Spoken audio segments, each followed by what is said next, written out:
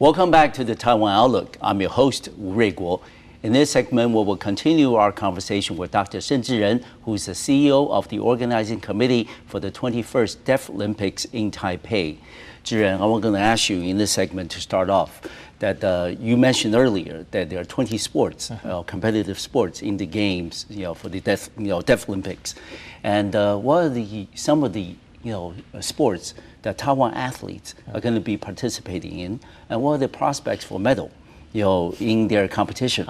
And also, I remember that Mayor Hao, mentioned one time that 4 years ago, I think our athletes won 5 gold medals. Right. And this year, of course, we'll expect that our record will improve. What are the prospects? Right. Actually, 4 years ago, we won.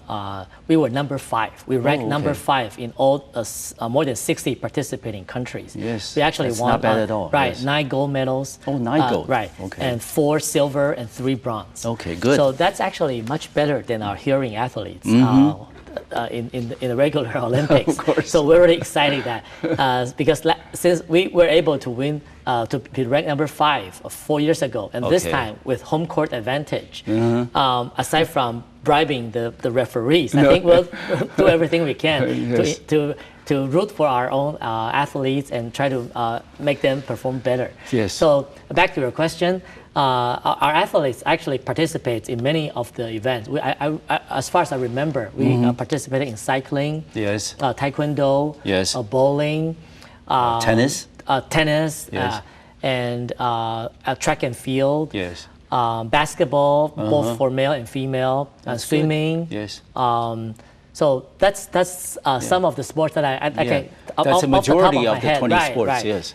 And many of them we do have good chances of winning medals. Yes. So they include track and field. Yes. And swimming. Okay. Bowling, table tennis. I think these are some of the.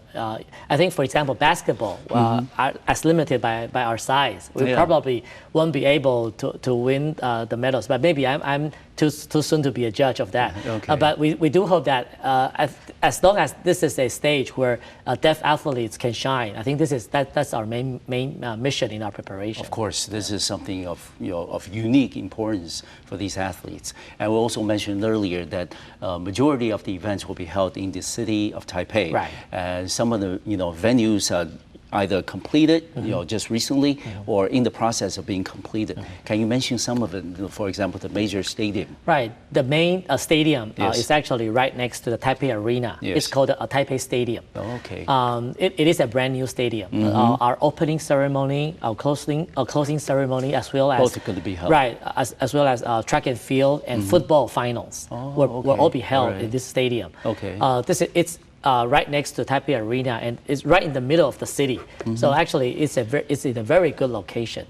And we hope that this is one of the legacy that's going to be left after the games, where citizens of Taipei can be able to enjoy this great arena. We hope it not only can be held for sports events, but for other performances as well. Yes, and we mentioned earlier about transportation. Of course, you host a major international sporting event in Taipei. You think about the spectators, the athletes, their family and friends coming into the venue.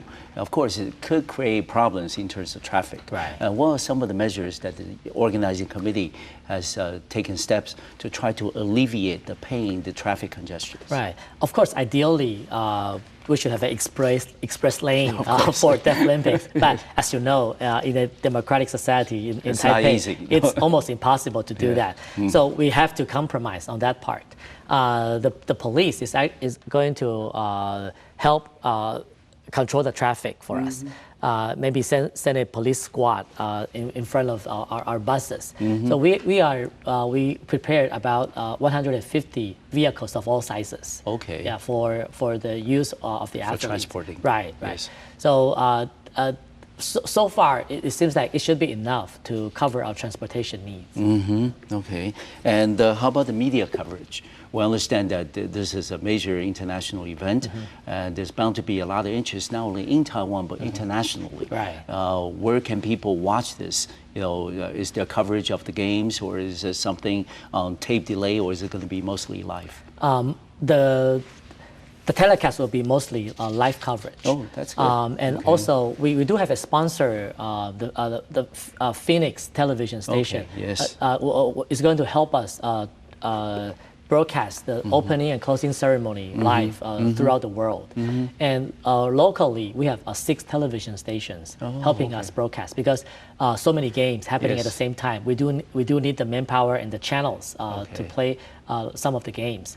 And also, so far, the number of media registered with the headquarters the current count is at 33 international media. And good. also the number is still growing. And we're really excited that this is attracting this much attention because, to be honest, 2 months ago, the number of registered international media was 3. So I was really a bit worried, a bit nervous.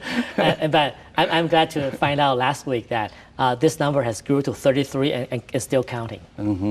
Okay, and Zhiren, in terms of print media, are there many magazines or specialty, like sporting magazines going to be covering the event?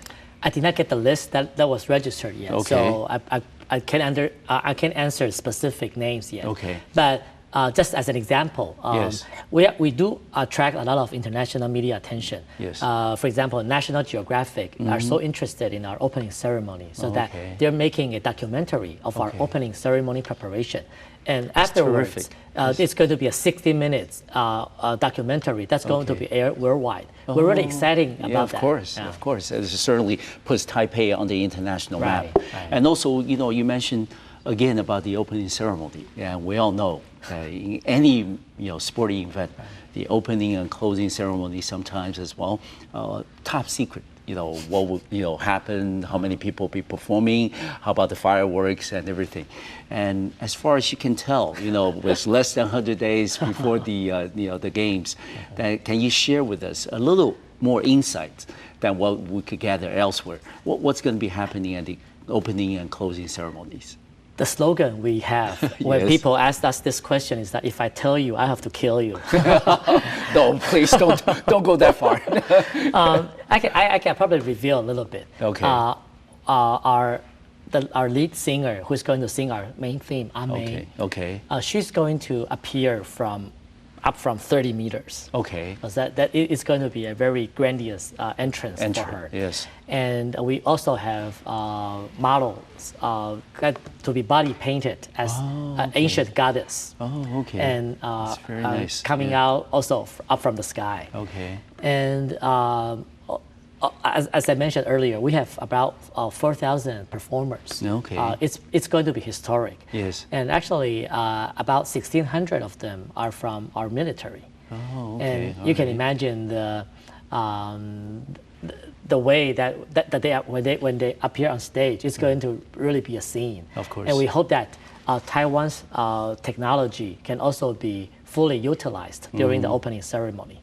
So this is probably as far as I can go in revealing what's going to happen. And I do urge our audiences, if you're able to be in Taipei, this is really a show that you can't miss. We're not really charging a lot, but with the investment we put, it's going to be worth your while if you're be able to attend.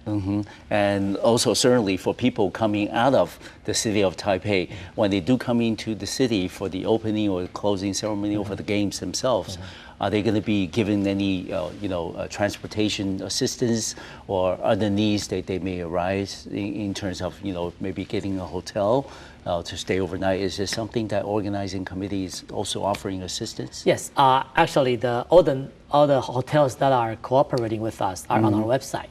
So it's 2009deaflympics.org. So it can be easily accessed. So anybody interested in booking a room can contact the hotels that we're working with. And before we end the segment, I have one final question. Zhiren, I understand that a few weeks ago there was a controversy regarding the international action movie star, Mr. Jackie Chan, about some of the comments he made at the Boao Forum in Hainandao. And then certainly there was some dissenting views regarding what he said. And then also watched on television and saw you handle the whole controversy before it really erupted into a full-scale, a mess. And then can you tell us that, something like this, when it does erupt, certainly as the CEO, you have to be front and center, right. Trying to manage the crisis. But also at the same time, you want to make sure that the public attention, on the game doesn't diminish or doesn't get shifted onto other issues that are less relevant than the athletes themselves. Right. So how do you, get that balance? Of course, our number one priority is really our deaf athletes. Yes. Everything we do for the past few years is really to build a stage so that our deaf athletes from all over the world can shine. Of course. So that they can come to Taipei and enjoy the warmth and welcome of Taipei. So it's really unfortunate that sometimes these incidents happen. Yeah. So we do have to deal with it. Yes. So for what Jackie Chan has said, personally, I do not agree with what he said. But on the other hand, if we kind of revoke his ambassadorship or do anything like that, then it really shows that maybe our democracy wasn't mature enough. Because for a mature democracy, it shouldn't matter if you agree with what they say or not. You should protect the freedom of their speech. The right to speak. Right. So we at the very beginning, I came out and expressed that we do not, as the organizing committee, we're going to use our private channel to express to Mr. Chan that this is not appropriate. No. We do not agree with that. I think that's it, because to show the world that we are a society of tolerance and a mature democracy, I think this is probably the best way to handle it. Yes. And we also felt that Mr. Chan said that out of misunderstanding of Taiwan's democracy. So instead of stopping him from coming to Taiwan, we should actually invite him to have more contact with Taiwan. Yes. So that as he come more often. Right, as he's become more familiar with our society, he would understand that this is something really special here. The Taiwanese people has worked to create a mature democracy. So this is really not what he has imagined from outside. Okay, good. We're going to take a short break. We'll be right back to the Taiwan Outlook, and we're going to continue this conversation with Dr. Sheng Deaflympics, who's the CEO of the organizing committee of the 21st Deaflympics in Taipei. We'll be right back.